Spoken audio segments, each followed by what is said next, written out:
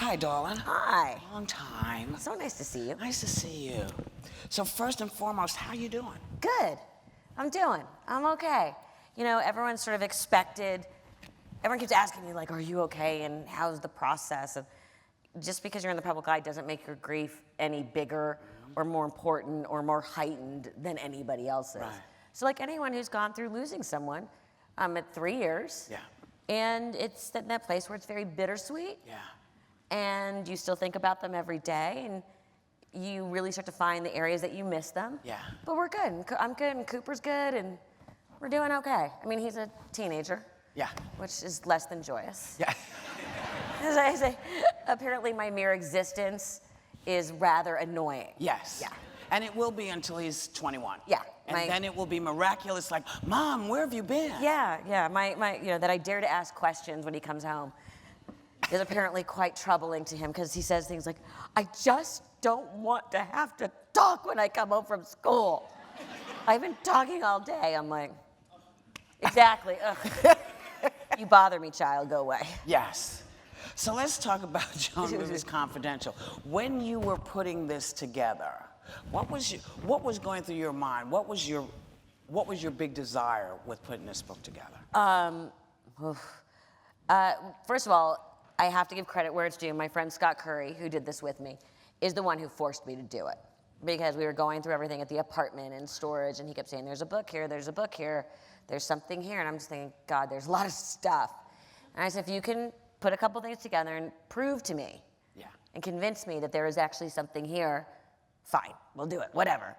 And he came back with like a little deck of it, like a little sample. All right, yeah. And I sent it to my agent, and it sold the next day. And apparently he was really, really right. But the thing was, we had to create a narrative. Right. We tried a bunch of different ways to put it together. Right. And by topic or by whatever. And truly what I found out I needed to do was write her story through pictures. Yeah. And that's, I think, what we did. And what did you learn anything that you hadn't known, or maybe you sort of knew it but hadn't really realized it? Everybody keeps saying, well, what was the one item you found that you were surprised? I'm like, well, just how big our storage bills were, number one, and how much shit we have. The thing that struck me was when the first time I read it cover to cover, is it's a pop culture history. And it's a history of social commentary of the decades from the late 50s through 2014. Right. And my mother never thought of herself as being someone who was social commentary or shining a particular light onto. Right. You're much deeper. You actually try and make points sometimes through your humor. Who, me? Yeah. Oh, okay. I mean, it's a low bar. We're saying my mom. You know what I mean? No, but your mom was one of the first people who said to me, it doesn't matter what they think. Right. It only matters what you think. Right. And if you can't keep your head up, then you're not doing what you're supposed to be doing. And that stayed with me my whole career. Yeah. And so... But I think what struck me was, you look back and it is social commentary. And I've said this a few times, and I think you might find this too, is the evolution of language. Yes. Because when my mom started and she was pregnant with me in the late 60s on the Ed Sullivan Show, you couldn't say pregnant. That's right. And I have a picture of her pregnant in the book, and you had to say, I will soon be hearing the pitter-patter of little feet. Wow. Yeah. So you just read the language, how that changes. You know, now everything is, snatch and tits and Harvey Weinstein. And that's just him. And exactly. That's just talking about him, exactly. Your mom mentions in the book that she mailed a picture of herself to the MGM studios when she was 8. Apparently, frame and all, off my grandparents' piano. What compelled her to do it? She just knew what she wanted to be, and that was a dramatic actress. Right. And boy, did that take a left. But she thought, I'm going to send this picture to MGM, and I'm going to be the next Elizabeth Taylor. And apparently she took it, frame and all, out of the living room and mailed it. And apparently my poor grandparents were like, where's that picture? My mom's like, no clue. So she wanted to be a straight up dramatic actress. Yes. What changed? Not getting jobs, and writing, and always being funny. And that just, I think it was really through the writing, which she started doing to be able to go out on auditions. Right. Yes. And then that started the stand-up, and I could do this, and I have something to say, and it was finding that voice, just trying to go through any door that opened, right. which was a theme through her whole life. Right. Did she have good relationships with the other comedians? Oh, yes. Or comedian? But what an amazing time. I mean, yeah, Toady Fields, Phyllis Diller. Toady and Phyllis were actually ahead of her. She's about to strike you with lightning right now. Sorry. For giving her another like 10, 12 years. You realize that. No, my mom was in the Village with Richard Pryor and George Carlin. That's right. And that whole group, the group right after Lenny Bruce. See, I always think of your mother as the pioneer, because for me, I don't remember a time without her. Yeah. So when I think of funny women, right. she's the first one that comes to mind. She and Moms come to mind. Who was one of her great idols. Yeah. And she did me such a solid. Did she ever say what other career paths she might have taken besides Hollywood? Oh, depending on the day. She thinks she would have been she had great taste, a fabulous interior decorator, as long as the clients just let her do her thing and not have any input. Right. She would not have dealt well with them saying, I don't like it. Right. To which she would probably reply, well, you're wrong. She studied anthropology in college. Really? She could have, she would have, I think she made herself block captain of 62nd Street when she was living there. So probably maybe politics, I don't know. Right. That would have been scary. Well. By the way, there was no block association. Yeah. But she named herself block captain. Right. Regardless. Right. That had no bearing on anything. Was she raised by people who could stand up for themselves? Well, my mother was the daughter of 2 immigrants. My grandfather came from Russia as a total incomplete peasant with no money, and they were so poor living in Russia, they had put my grandfather in an orphanage because his parents couldn't feed him. And he came over and became a doctor and went through the whole process and the whole thing. And my mother's mother, quite differently, came from a very wealthy aristocratic family that had to flee. So you had these 2 very different experiences, but both were determined to make a better life. And it was very much that same immigrant mentality work ethic. And that was, the education. So they were very conservative, very much old school. And I just think about what they must have been looking at her going, first of all, actress was bad enough. Was bad enough, especially because back in the old country, that meant hooker. Hooker, yeah.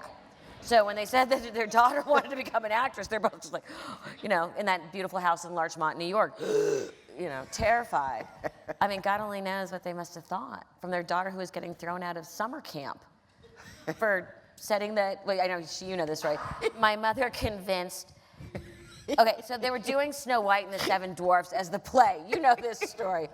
And this other girl who she says only got the part of Snow White because her parents donated a new curtain for the stage, got the lead, and my mother was cast as Dopey. And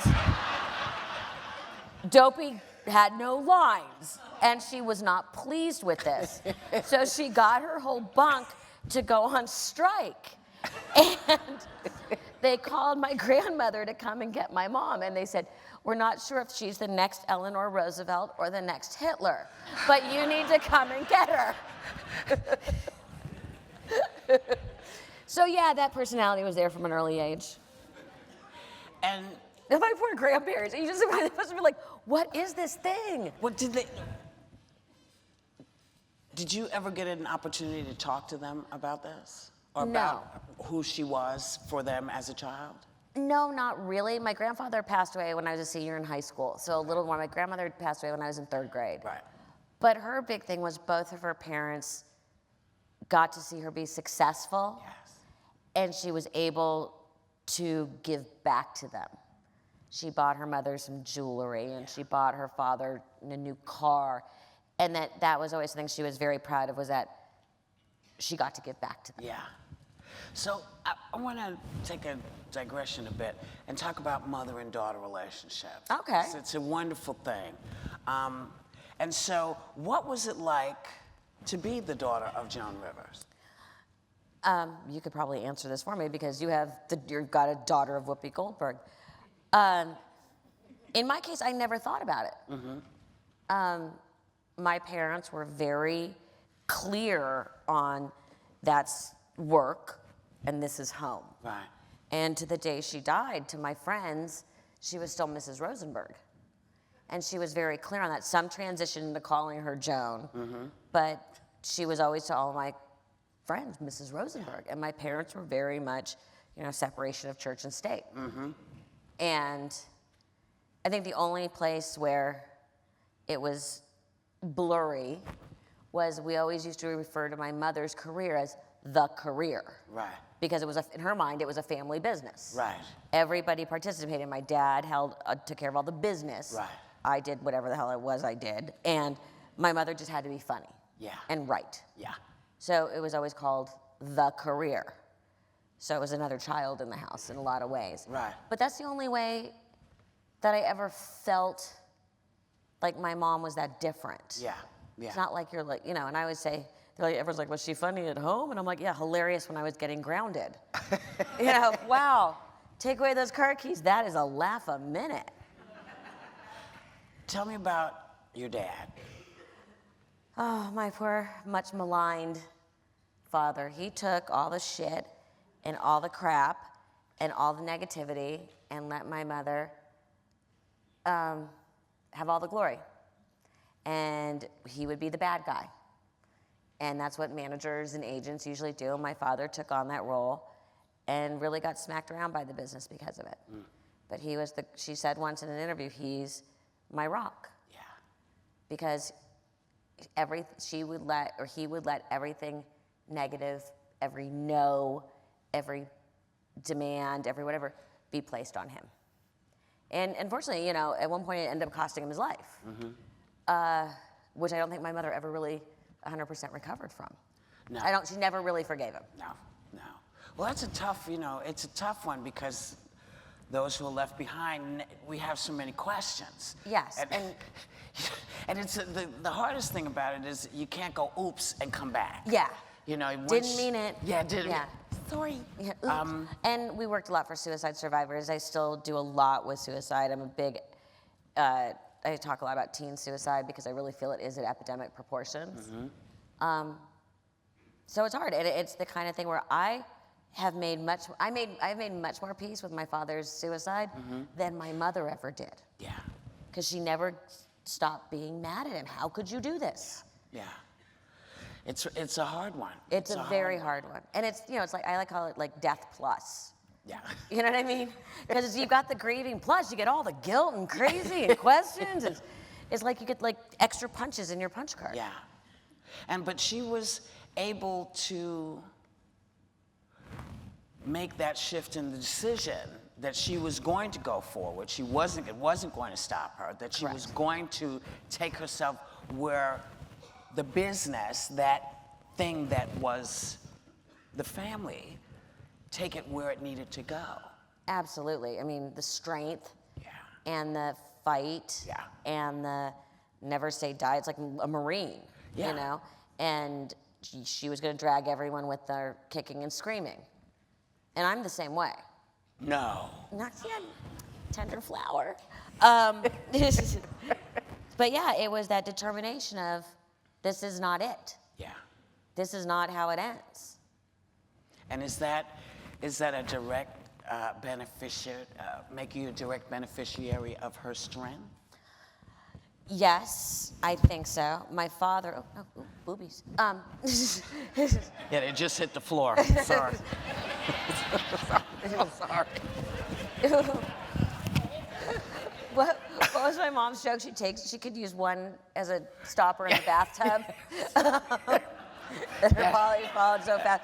That's where I am now. Yeah, but what was her joke? She takes off her bra and she looks down and goes, 12 toes. That was her.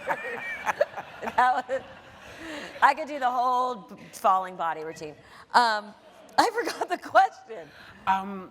Being the beneficiary of strength. I think definitely my father was, well, my mother's family was German. I mean, my mother's family was Russian, my father's family was German, and my father was an immigrant. So I have a fabulous temper, being Russian and German. That's good, yeah. Makes me really fun to argue with. Yeah, it makes me, I think, the beneficiary, because I've never lived in a world where everyone just didn't get up and continue. Yeah. I don't know any other way to be.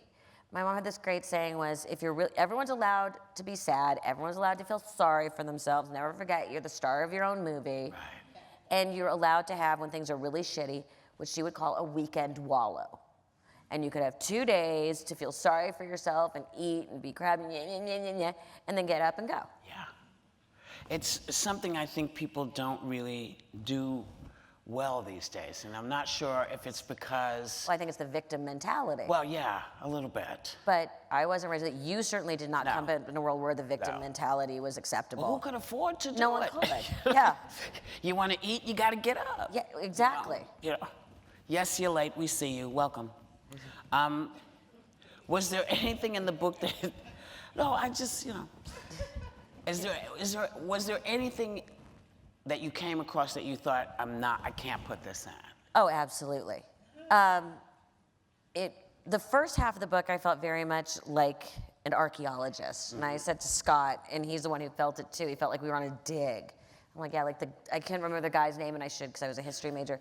The English explorer that opened King Tut's tomb. Right. It was like chamber after chamber Right. after chamber after chamber, and then, and then we got to like the good stuff. Some of the stuff, so the first part was easy for me emotionally. The second part was where it got tricky, because that was my life too. So what was it that made it tricky? Seeing the reflection of yourselves at this point of the two of you? It was reliving the painful times. It was reliving my father's heart attack. It was reliving the Fox firing. It was reliving my father's death. It was reliving the rift that my mom and I had for about a year after. It was that was very hard for me to put back out there. Right. And open back up for conversation. Were you mad at her? Oh, yeah. I was mad at everybody. Anyone who's experienced a suicide, it's like this free-floating anger. Right. And you have to get that under control. You're angry at the world. Yeah. And where you should be angry at the person that did it, and that's the person you deify. Yeah. Because you don't feel like you're allowed to be mad at them. And it took me a long time to be able to say, I love my father, I respected my father, I have no choice but to respect his decision, but what he did, I think, was a really shitty, bad decision. Yeah. But it took years to be able to say that, and that's normal with suicide. Yeah. You want to blame everybody around you but the person. Yeah. So now let's talk about your mother's collecting. Yes, thank you for using that word. Well, as a collector. I was saying backstage, what I say is collecting is rich people hoarding. Yes. Or I also refer to my mother, and I think you might be this too, a maximalist. Yeah. If 1 is good, 8 is better. Yes. Why, when you can have 1 pair of shoes, you could have 6? Well, because you never know how you're going to feel when you get up. And also, what if they stop making them? Well, that's the other thing. Yeah. You know. You need backups. That's the other thing. Yeah, I completely understand this. But your mom had exquisite taste. Yes. Does that, do you think, come from the longing that one has when they're approaching a place that says, things could get better, I should learn about all kinds of stuff just in case? I think that was a lot of it. Also, most of it, and this is something that became very clear to me in the book. My mother was living out her mother's old life being a rich family in Russia. Right. And very high and living out that fantasy of her mother's. Right. By living a very formal life, by having beautiful things, by living elegantly with place cards and finger bowls. That was very much her fantasy of where her mother came from Yeah. and reliving that. And that's definitely where that came from. So the constant learning, the constant how-tos, Yes. the constant feeling that she's somehow in her head raising the bar. Yes. But that definitely came from her mother and living out that fantasy. Right. Do you have that? No. Yes, I do to a point. Right. But I never lived out my mother's fantasy, which I was supposed to do. And what would that have been? Married to a wealthy doctor or lawyer, being a lady who lunches in a big, full floor in some building in Manhattan. Right. And having lunch and being on boards and being on committees and being very social. And, hey, how you doing? You got me. But that was definitely, that would be, everything was wonderful and she loved me. But if I had just that or had a gay son. And Cooper is like so straight, and that was very disappointing to her in a lot of ways. She always said, all I ever wanted was a gay grandson who one day when I'm old will push me out onto the balcony to sit in the sun and say, Grandma, tell me about Judy Garland. And she was very open about that. She used to say that. And that is seriously not who my child is. She had to learn about lacrosse and cars and dirt, and, What made her such a social activist? What was it that kept her saying, I don't care if you don't get it. I'm going to continue telling you this until you get it. You get it. I can honestly say my mom truly never saw anything other than if someone was smart and funny. Yes. And kind. And if you were smart and funny and kind, it did not matter where you came from, who you were, what you looked like, anything. And that's just, someone asked me about that today, and I said, the only things my mother could not stand were people who were uninformed and willfully ignorant, and closed-minded. Right. I mean, I grew up, as we always say, I always had a lot of uncles and not many aunts. And usually the aunts were with the aunts, and the uncles were with the uncles, and it was all very confusing, I guess, in a lot of ways, but not to me. Right. Because my parents, we always used to joke, our household's like the UN. Everybody's from everywhere and everything. Well, given that environment, what do you think?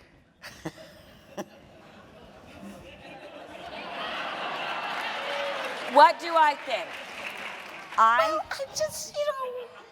think probably, you're probably a little bit more confident in speaking your mind, and since I am speaking for someone else, I will say, I'm sure like you, right now is a little bit for comedians the gift that keeps on giving. Every day seems to be Christmas. There's always something to discuss. I think to have that kind of wealth of information and comedy being thrown at you would make her happy from the professional point of view. Right. Because it's like I said, it's Christmas every day. It's fish in a barrel. It's like, yeah. Woohoo! Turn on CNN, we get upset. You're like, oh, that's a good line right there. And honestly, someone asked me, and I said, I think she would be pulling her extensions out one by one. Just crazed, just doing this. Or, and I can say this to a lot of your friends, but I can say this to you. Bless my mother's heart, she was also incredibly shallow.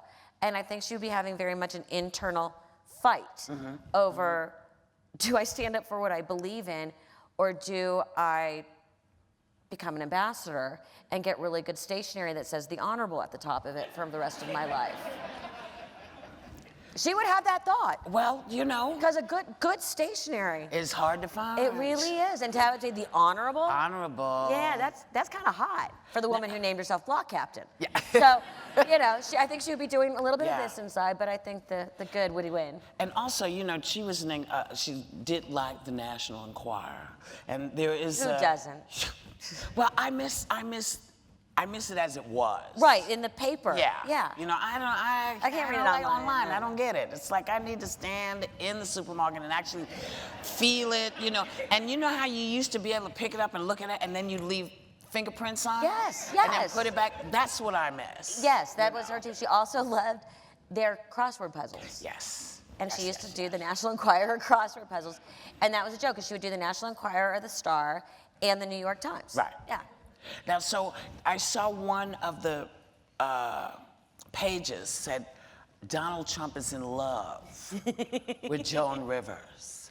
I think that's brilliant. That would have been helpful. Yeah, you think? You know? Yeah. I mean, if he had left the models alone and got somebody funny, my God, what kind of guy would he be today? I'm not sure it could be any more amusing. It is. You mean, at one point you just have to step back and go, What the fuck? are you shitting me? Yeah. Is this a giant... I'm waiting for someone to pop out and go, punked. You know what I mean? Like, Yeah. that's what I'm saying. It's like, it's a comedian's dream. Yeah. If it wasn't so awful, everybody would be like, oh my God, this is the best set. You know, Yeah. look at what it's done for SNL. Yeah. Yeah. Yeah. It's freaky. It is. It's freaky. But sometimes you just gotta get that perspective and going, thank you for giving me 10 new minutes every day. Or, how long is this shit gonna last? Yeah. You know? It's like. But you do enough comedy that you're like, you know, when a dry spell is going on, when everyone's being super PC and happy, you're like, you know. Well, you know, that's one of the things that I also want to talk about, because your mom, really everybody got it. She was an equal opportunity. She hit everybody. And I've seen several letters that she's written of various people saying, listen, Lighten up. lighten up. This is part of your life. Be glad somebody's talking about you. And I think that people don't realize that there was never anything malicious. And that's why Elizabeth Taylor was like, okay, what now? What did you say? Yeah. And she got the humor. Do you think people have a sense of humor Anymore? anymore? Some do. Some do. A lot don't. You know, it seems very like the in thing is to take yourself very, very seriously. And God help us all, because I can't take myself that seriously. I look in the mirror and I think, yeah, right. Yeah, I look at my life and I go, I should be highly medicated and sitting in a corner finger painting and rocking. So, you know, I really am like, whoa, let's not take this so seriously. Some people get it, some people don't. A lot of people have to understand, and generally it's sort of more of an industry thing, to be able to make a joke about someone, you have to be so popular and so well known and so part of the pop culture zeitgeist that people get the joke. Yes. And the people who usually get offended are the ones that don't get that. It's like Sofia Coppola once said to me at a party, she goes, you know, when I was interviewed by your mom on the red carpet, it was a seminal moment. I'm like, why? She goes, because that meant I arrived. Yes, that is true. Yeah. That is true. And people have to be able to joke about someone, you're huge. You are beyond A-list. And a lot of people don't get that. No, and she wrote prolifically. I mean, the documentary talks about all the drawers. And so now, when you look through the book and you think about her humor, could you be as funny as Joan was for as long today? I don't know if anyone could. I think a lot of the young comics are brilliant. But I think stylistically, with that sort of machine gun, one funny after another, and when she would perform for 70 minutes or whatever it was, no one else is going to be able to do that. Yeah. Could she sustain it? She performed the night before she died. You know, she would work. Her greatest happiness was on stage. Yeah. She still loved stand-up and was constantly working and writing new material to the night before she died. Yeah. Now, let's talk a little bit about her career, because Okay. it was kind of a marvelous thing to watch. And she was She didn't look like anybody else. Nope. She didn't sound like anybody else. Oh, definitely not. And she wasn't like anybody else. How did it work? I don't know. I mean, you couldn't really break it down because it was so unique, and especially at the time she broke through, it was considered wild and crazy. Right. And off the charts and cutting edge. I think what it boiled down to was, again, there was such a warmth that even in the most cutting of jokes, she was always the butt of it. It always came from a warm place, and I think, especially with the celebrity commentary, she never stopped being a fan. It always came from a place of, I can't believe I'm standing here. I can't believe I've met these people. She was still that little girl who took the picture off the piano. Right. And that was sort of the heart of all of it, is how lucky am I? And I think that was really what sustained it. She never stopped being a fan, ever. You think you need to have that in order to do really good work for, if you're talking, whether it's clothes or whether it's celebrities or? I think you have to love what you do. Yeah. When you stop having fun, the audience or the viewer or whomever it is stops having fun. Right. I'm a firm believer that, especially with TV and like what you do, you are the voice for a large group of people. And like for us on the red carpet, we were supposed to be you standing there. So I would let myself get as excited because my viewer is just as excited to see what they're wearing. Right. And that directly came from my mom. And, you know, she always said, I want to die on stage. And she keeps thinking, like, God, those people would be so lucky. They could say for the rest of their lives, I was there the night when. She's like, people will get to dine out on that for years. I was there the night she fell off the stool, and that was it. She pulled a Dick Shawn. Yeah, just poof. So talk about the Carson time, the television, her television work. Because I know that was that point was a really like high point time. The hosting the Carson Show and getting, which nobody ever wanted to admit, better numbers than Carson. And then, you know, it was, you know. You think that was because she was a woman? Oh. I'll take that. Okay, y'all. Yeah. All right, 92nd Street Y, I know where we are. I'm not sure if it was because she was a woman. I like to think that she was the first woman to go out there and engage the women who are watching the show. She also, it was the height of, she was so funny. Yeah. And, you know, at that point, his show was still good and funny. Right. But it had become comfortable. Yes. And she was like a shot of adrenaline every few weeks coming through. And it was a really incredible time for her. And she hosted the Emmys with Eddie Murphy, who was, I think, all of 20 at that time. And she got in a ton of trouble because she made a joke, I think, about James Watt. Yes. Who was the Secretary of the Interior at that time and wanted to, like, get rid of trees. Yeah. Yeah, something like that. And the switchboard apparently lit up. And she took a lot of shit for that, but she didn't care. And it was just a very happy, exciting time. And, you know, she played Carnegie Hall. Right. They had a big party for her at Studio 54. She started living out the fantasy of being a huge star, filling, you know, what was then considered stadiums. Right. You know, it was rock star time. And then? Yeah, then well, the reason, and again, this is something that people refuse to admit. My mother and father were more than happy to stay at The Tonight Show. And they had a very good friend who was one of the executive vice presidents over there, very high up. And it was one of those moments where they thought Johnny was going to retire for the 175th time till he actually did. Right. And they circulated a list of legitimate possible full-time placements. And my mother's name was not on the list. And that memo was slipped to my parents back in the day when things were in paper. And that devastated her. And her contract came up. And they didn't even receive a call from Business Affairs. And my parents kept calling saying, hi, our contract's up, the deal's up, the deal's up. And then they received some sort of a cursory call or phone Right. letter saying, oh yeah, we'll be renewing you, blah, blah, blah. And my parents were like, no. And at that point, CBS was courting her, ABC was courting her, and this fledgling network called Fox with Barry Diller at the helm, who is, like him or hate him, he is a broadcasting genius. Yes, he is. You cannot, and all these men that are still very powerful, they were supposed to be the hot young Turks, and they said, you can come and do whatever you want.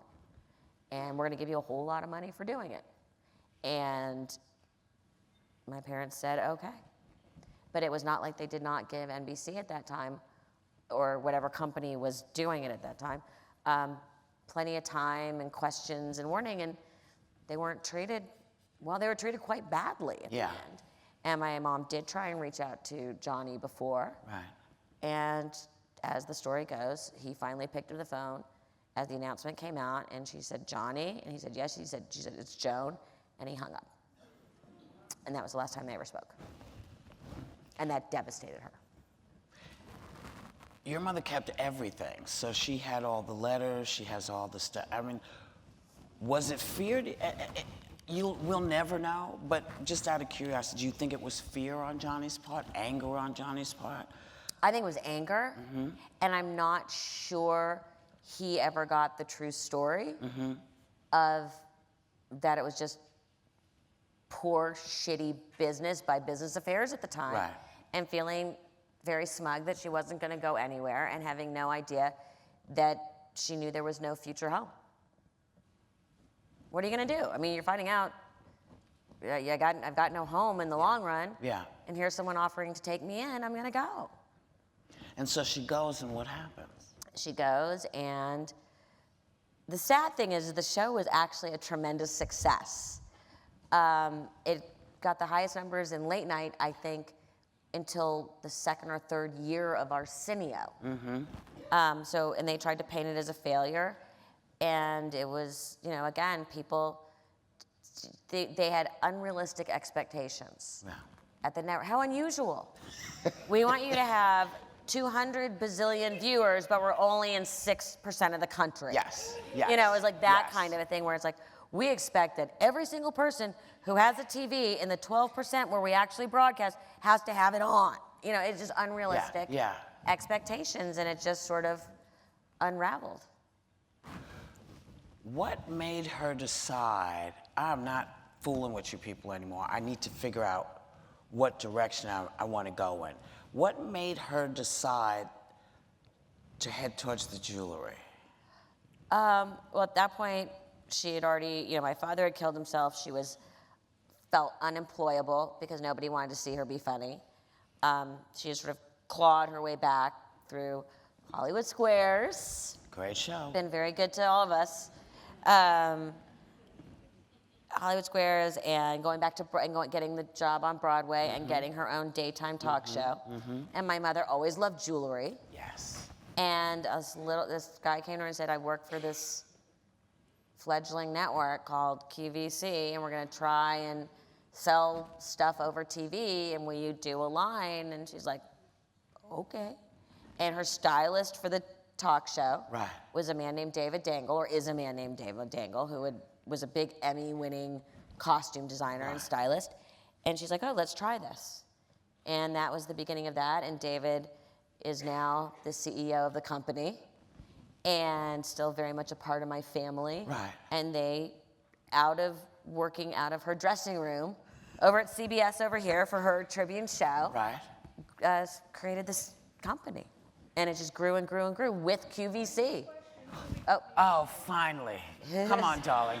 Our woman in turquoise. Yes. Did you wave, turquoise woman? She was a very old friend of both of ours. Yes. So. She's a very young woman, but an old friend. Right, yes. Old as in wise. So this is from Holly Martin. Holly, God damn, this is a long question. From Holly Martin, would it kill you to put on some lipstick? I know what my mother always, that used to be her thing about when people were, that was one of the things with me was she was like, could you get your bangs out of your eyes? And I would be going out of the house like a civilian, Yes. not to work. Yes. She'd be like, would it kill you to put on some lipstick? That was always her thing. My mother always believed you should go out completely dressed, completely Yes. ready, because she was always a fan, and Yes. her thought was, most people, barring LA and New York, only get to see a star once in their life. Right. And you should not disappoint them. Yes. But Holly, I have on lipstick, so. So these are, I guess you could tell, these are from y'all. Yeah. So your mom loved the royal family. Yes. Didn't they love her too? Very much. Tell us about that. People don't. Humor is the great leveler. Yes. And my mother said, we could solve peace in the Middle East if we just found some people who were funny and put them in a room and everyone could just like have a laugh, have a joke, let's figure this out. Right. What was it? It was like, I'll sell you ham at half price, you know, the whole thing. Yeah. And the royal family, I wish I could remember her joke about that, and I can't. I just remember it had to do with something about ham and half price. Yeah. But the royal family actually are very funny. They have a great sense of humor, and the queen actually is known as an amazing mimic. Yes. And can mimic all these world leaders all the way back to like Churchill. And Prince Charles is a big fan of comedy, huge Monty Python fan, huge, loved very sort of British intelligent humor. Was a fan of my mom, met once when my mom performed at like a royal variety show, and then met personally through a mutual friend and connected through humor and painting. My mom loved to watercolor and loved to paint. Right. And she had a little easel in her bathroom and would just paint to relax. And they genuinely became friends, and she genuinely became friends with Camilla, and again, through humor. Yeah. And so they would send out different kinds of Christmas gifts each year. Right. And one year they sent these like special teacups. I think my mom told you this. But they would only send one because it was part of a set. Yeah. And so my mother got it, and she's like, there's one fucking cup.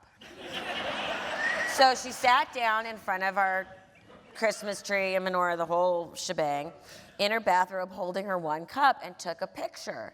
And she wrote a note and sent the picture saying, you know, dear your Royal Highnesses, thank you so much for your lovely Christmas gift, but I'm very hurt that that you think I'm so alone. And that I'll never have anyone else in my life again. You sent me only one cup. And that was her relationship with him. And of course, they pick up the phone and are howling with laughter. Picture of her by herself with her one cup. And like, I'm kind of hurt. What is your most, wait a minute. I assume that you mean, what was your most embarrassing moment with your mom? Oh, Is that what you meant? that's my next book. You know, any teenager is always embarrassed by their mom and their dad, but the quickest one to tell is my parents just love to embarrass me, which is again why I go to therapy. And that's why I do it to my son, because I feel it's like my God-given right, Yes. because it was done to me. And my mom used to play Atlantic City, and we would be out on the boardwalk walking or whatever, and my parents would walk behind me and sing on the boardwalk in Atlantic City at the top of their lungs. And you know, you watch your 12-year-old just go, oh dear God, you know, and neither one could sing a lick. So yes, all the time. Long list. Long list. Long list. How'd you feel about all that plastic surgery? How did I feel about all that plastic surgery with That's her? what they wrote. Yeah, it's a legit How'd you question. feel about it? Yeah, it's a legit question. Well, you know, I thought perhaps she got a little over the top with it. A soup song. But honestly, you know, she would say, life is hard enough. If you need to like what you see in the mirror. Yeah. And her other thing was always, you would rather have she said, never forget to take care of how you look and spend money on that, because it's better to have a new you coming out of an old car than an old you coming out of a new car. And there is some twisted logic and, Yeah. and true, like, good advice in there Yes, somewhere. it's true. Yeah. It's true. Do you think your mom was a feminist? Yes, but she hated being called it. Yes.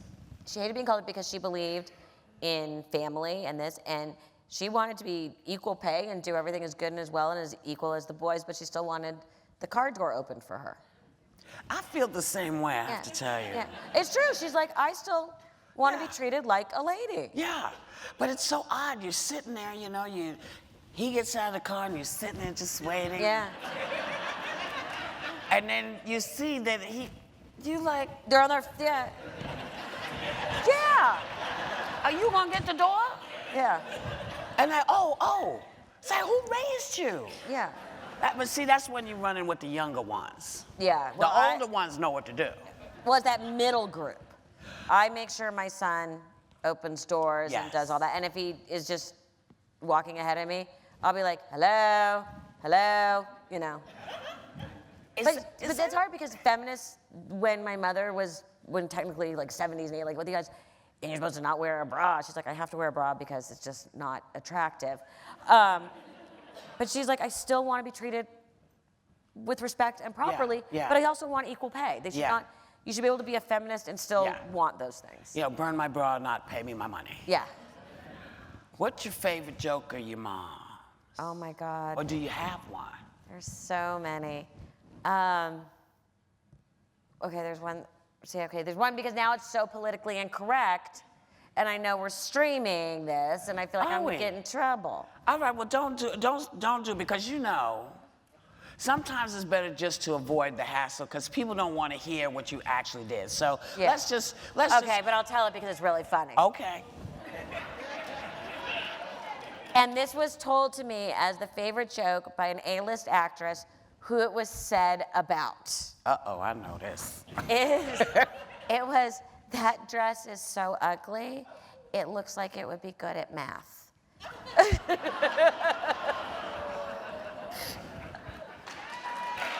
Come on. You can't make a tell a joke and then groan. Yeah. And it's not that my mother thought only ugly things were good at math. It's just such a funny, you would never put those things together. No. And it was said about a major A-list actress who I was in at an event with, and she came up to me and said, that is my favorite joke that your mother has told across the board. Yes. And it was about her. She actually said she was on the toilet and had the TV on and fell off. Yes. Yeah. Yeah. And even knew that's what she was being, they're saying. But it's a great joke because it's just so silly. Well, my favorite of your mom's, and I don't know what she was doing. I think it just sort of flew out of her mouth. But nothing just flew out. But yeah. She had a little tiny dog. Yeah. And she picked the dog up and said, "What?" And I looked up. She said, "Madonna."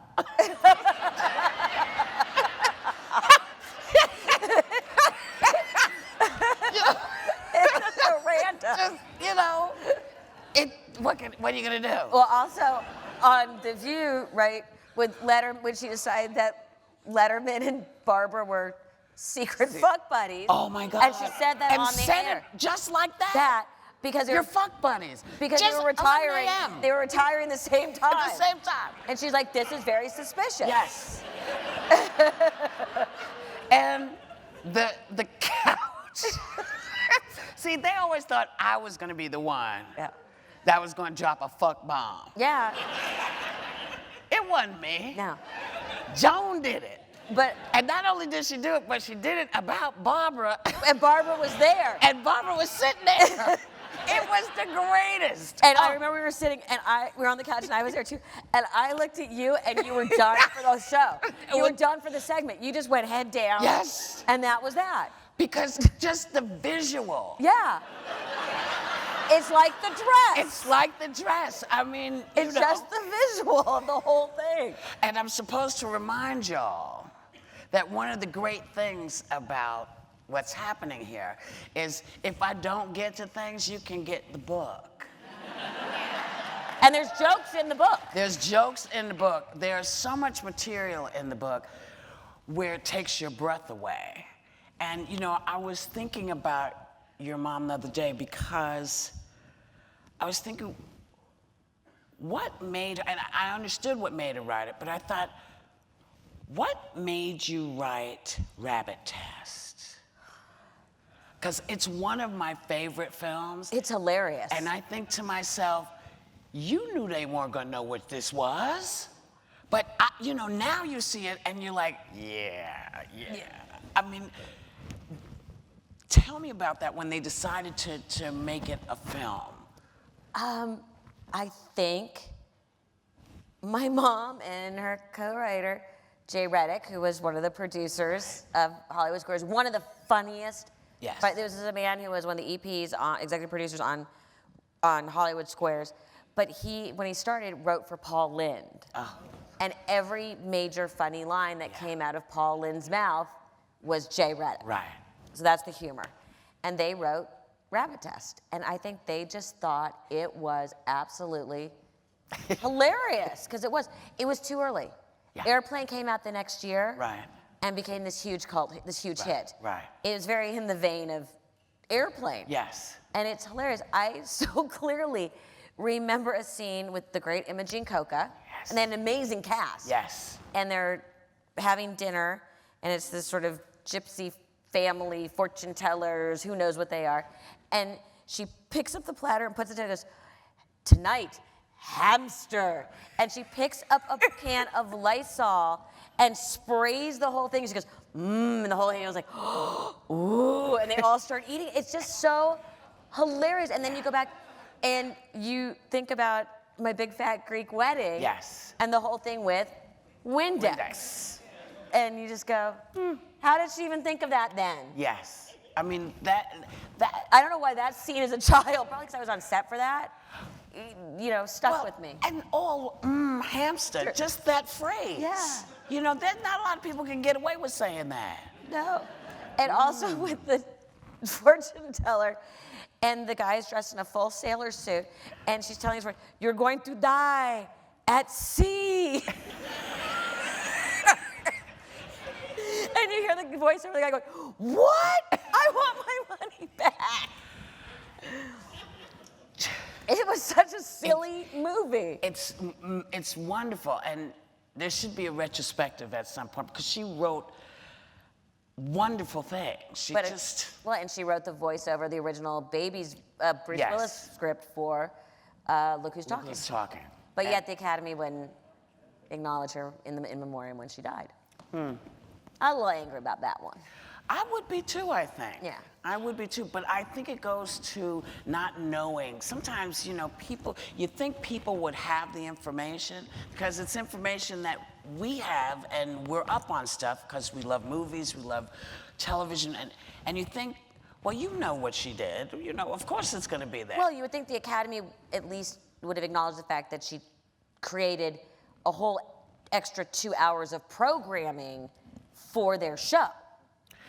You would think. Yeah, I mean, you kind of noticed her standing out there. Well, yeah, but you know. Yeah, maybe. It's like that sometimes. Yes.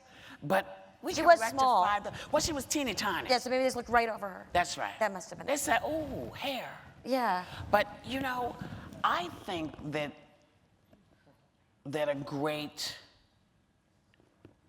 thing that we should be doing, there should be, to me, a prize awarded to great funny people. I And I agree. think it should be the Joan Rivers Prize. Well, thank you. You know, I really do.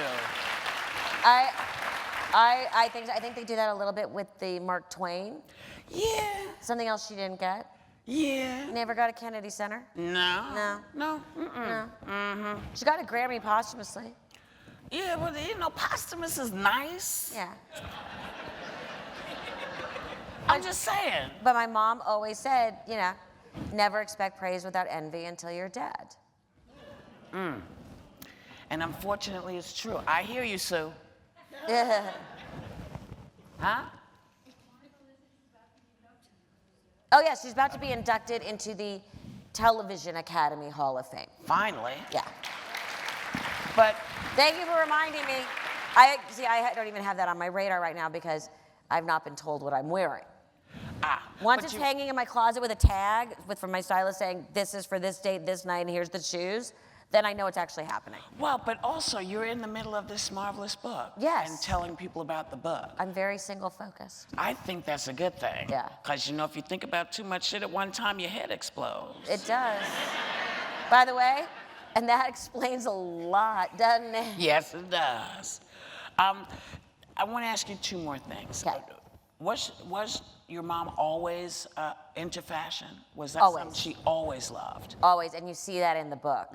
It's a great romp through fashion, too, because she was always a fashion girl. The hair in the 60s and 70s and 80s and the, you know, looking at all that. Like, there's a picture of my parents on the beach in Jamaica on their honeymoon, and they are the least beachy people, like the least hip, the least cool. My dad's in loafers, slacks, a belt, and a short sleeve button down shirt tucked in. And my mother is like with the 60s hairpiece, Right. A shift dress, white tights, and low heels on the beach in Jamaica. That's my favorite photo because that tells you everything about them all at once. There was no like swinging 60s or Hollywood 70s or 80s or 90s. There was none of that cool factor at all. But deep love. But deep love. Abiding love. How'd they meet? My dad hired her. You gotta be careful saying this shit nowadays. He was producing a movie and he needed a script punch up. Right. And a friend of his said, I just saw this very funny girl on The Tonight Show, and she was not brought on as a comic, she was brought on as a writer. And she was performing down in the Village, and they went and saw, and he thought she was funny. Obviously, probably thought she was kind of cute. And he called, and they had a meeting, and 5 days later, they got married.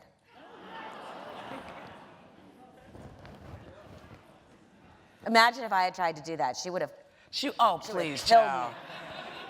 She would have snatched you bold. Yeah, she would have. That weave would be gone. Yes. But she says it was she'd already had her first marriage.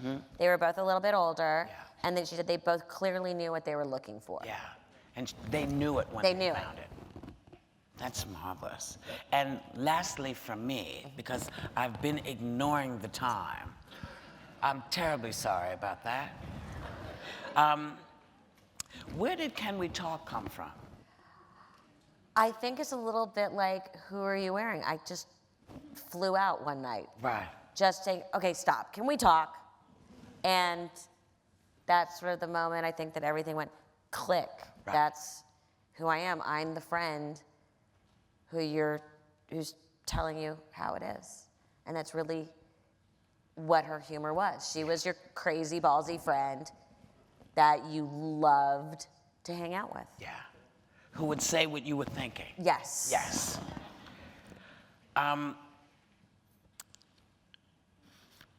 Yeah, hold on. Yeah, I did that. Yeah, no, I did that one too. When you think about the picture around, okay. What was the picture? Oh, all right. Okay, I'm ready. I feel like this is the SAT. Yeah. Okay. When you look back at pictures Okay. and the writings of your mother earlier in her career, what was the one piece of content, if you had to choose only one thing, Okay. that shouted out, icon in the making? That's a very deep question. That's a Howard Bragman That's a question. Howard Bragman That's a question. Howard Bragman question. Yes. Friend of ours who's my publicist, who wanted to make sure certain things got said. I feel like, is this on the final? Am I responsible for this material? Was there one thing? Was there one thing? Oh God, I'm thinking really fast and hard. Okay. Her report cards. Because you see the comments from the teachers from like kindergarten and first grade, and I had those in my book too, and the personality is there. It says things like, Joan has to learn to take her turn. Her constant talking is much better this semester.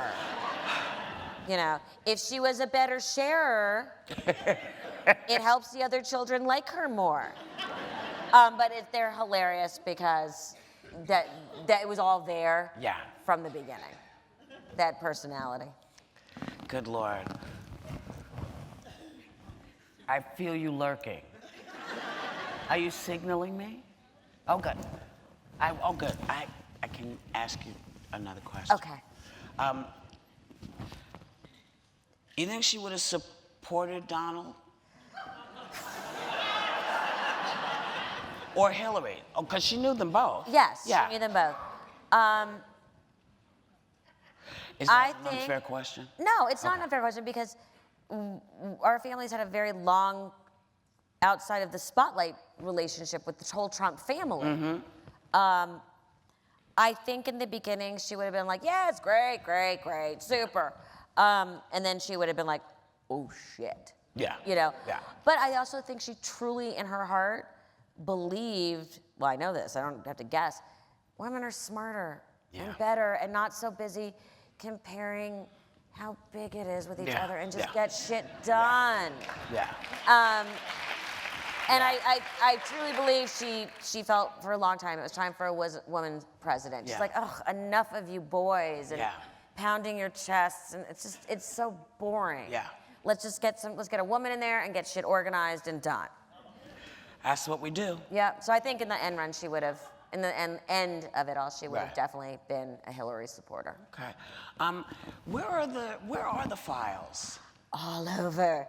I feel like I need to go like get one of those old missile silos and like put it all in there.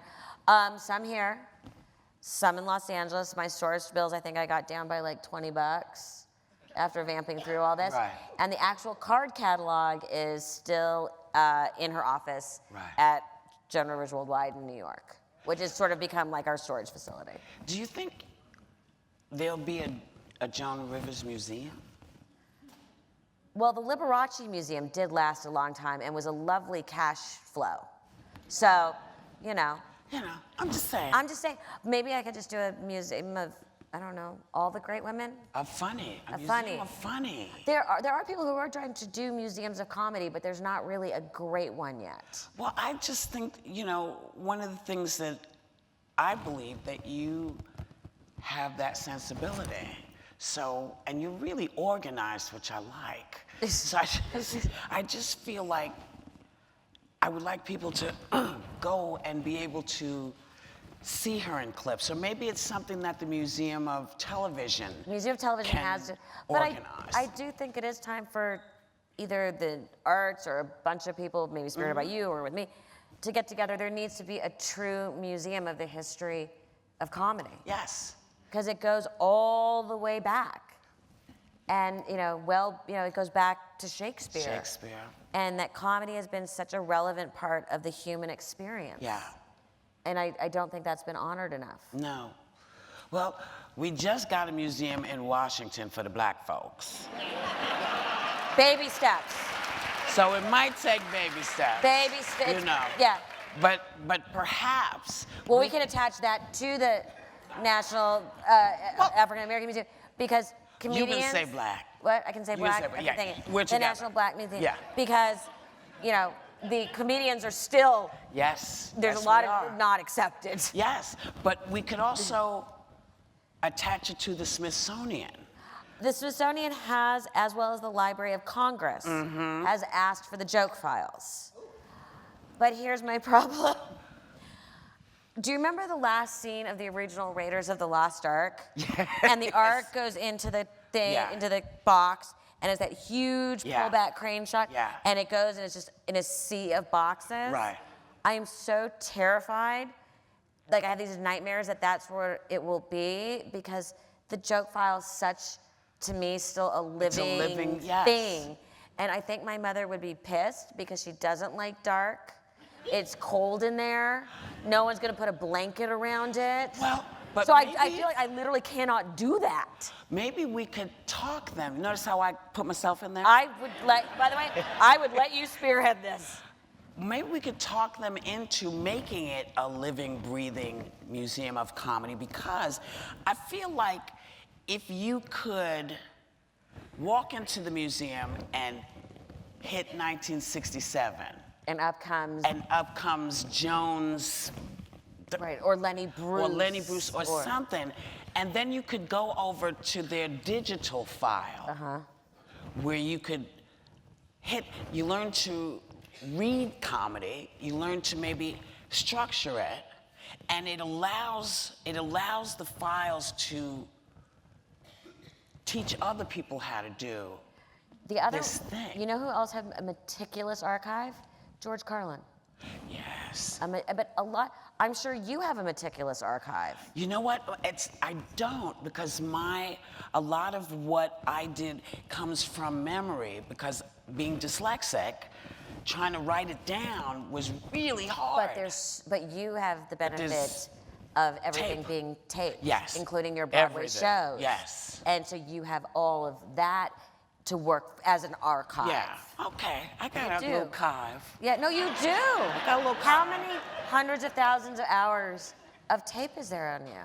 Probably You mean the front? You mean the tape that everybody wants to see? Not not the private not the other tape. Not the other tapes. Just from comic relief alone. Oh yeah.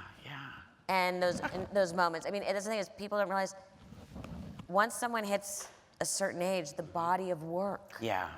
And you look at it with artists and actors and all that, and they do these AFI nights. No one's doing that for the comics. There isn't that for comics. And yet you look at these bodies of work and you go, holy shit. Hey, y'all. You want to help us spearhead? And it should be in New York. It should be in New York. It should be here in New York. And it should be in the Village. It could be, talk to the shop. Look, write to folks. Y'all are powerful. Yeah. Right? I mean, yeah, de Blasio's the mayor, but we can still do stuff.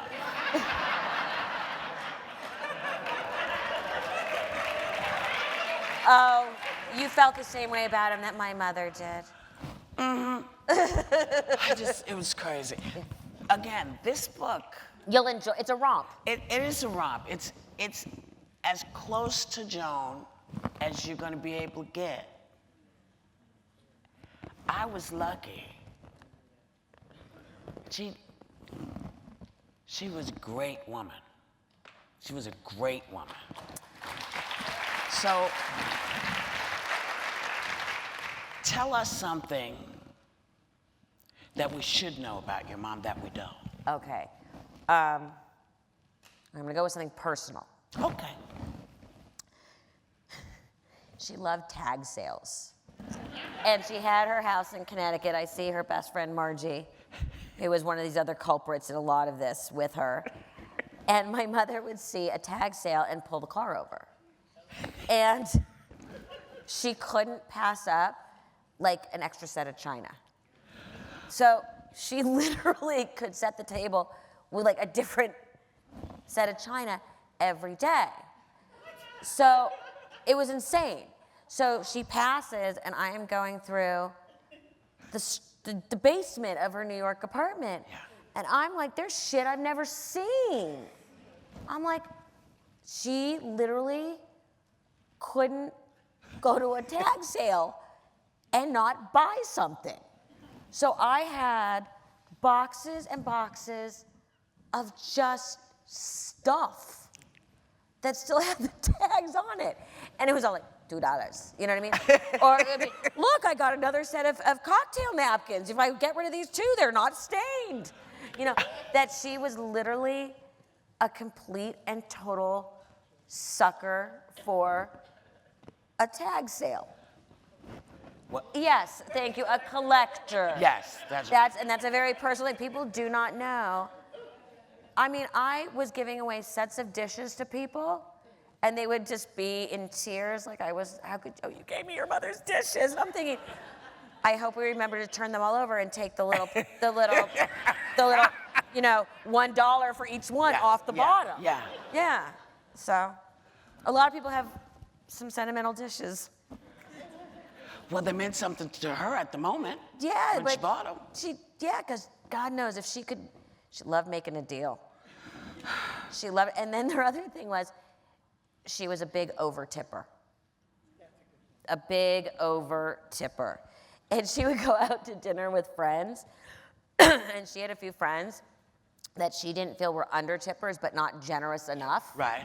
So she would take money and fold it up and put it under her plate, so that after they had all left, the server would find the extra money. Where do you think that came from? not being tipped when she was a waitress. That's exactly where that came from. But, you know. Are you a good tipper? I'm a really good tipper. But she was crazy. Like, in her own apartment building, every time the doorman opened the door, she would give him something. I'm like, Mom, you go out like 20 times a day. She's like, oh, but they're so nice. So that's a personal insider kind of thing that's sort of in her character. That, and she was also a complete and total hotel kleptomaniac. Now, when you say she was a hotel kleptomaniac, was she stealing hotels themselves? Or just the things that like, she fancied? Yeah. Yeah. My mom used to say an unattended housekeeping cart is was a message from God. And growing up, I honestly, and I feel like I'm joking, I never took a shower till I went to college with a full-size bar of soap, full-size shampoo, or full-size conditioner. And we had these big baskets in our like supply closet upstairs filled with minis of everything in our supply closet. Literally, I never had a full-size bar of soap until I left for college and had to buy one because I wasn't gonna take, and then, this is the worst, then we'll stop. But, so I'm leaving for college, and in my mom's contract at the hotels, they had to refresh the bar in the dressing room every night. And we had this old station wagon. I'll get to this. And so every night, my parents would, or like every other night, and they didn't drink, would empty out the bar and start filling suitcases. And then one of the assistants would drive every week the station wagon up from LA, and they would put all the liquor in the station wagon and have it driven home. Well, in our contract, it said you get the full bar replaced every time it's empty. Right.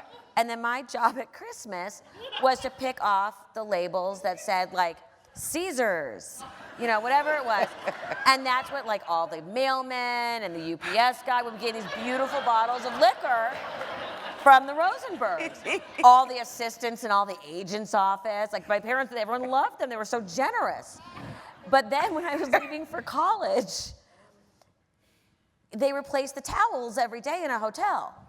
So my parents, she was playing Caesar's Palace, and they had really nice towels in the suites, and they had bath sheets as well as regular sized towels.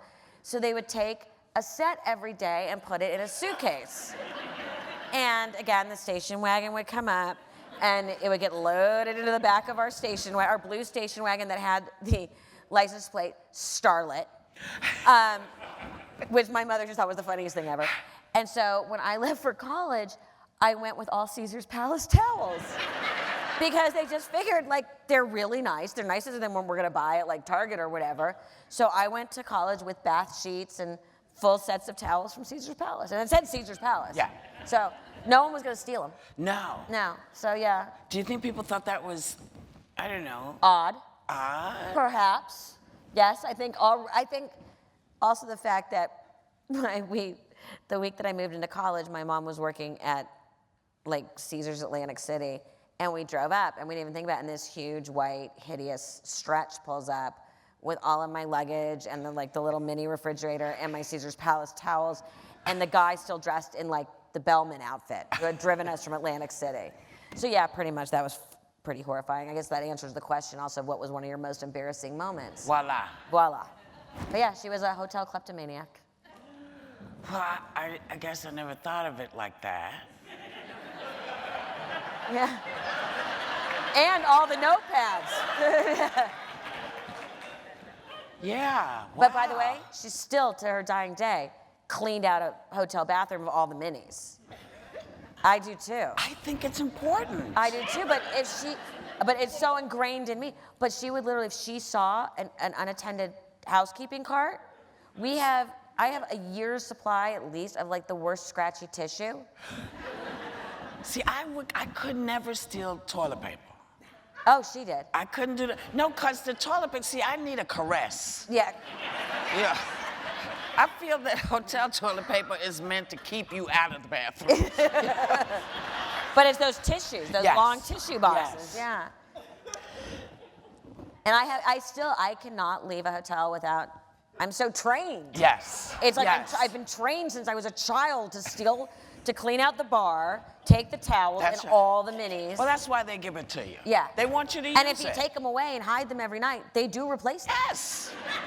They know what they're doing. Absolutely. This has been an honor and a pleasure. And all I can say before we end is 2 things. 1, my mother was a fan of yours, and you knew that. And adored you, and loved you, and thought you were a genius. And then, on a personal note, my mom had her accident, and they'd given us a conference room, basically, to live in the hospital, with 2 recliners. And flowers showed up the second day with a note from you, and a little bear was in the flowers, and it said, "Okay, Joan, this isn't funny. Time to get up." And I still have the bear and the note, and I keep that with where I keep her ashes.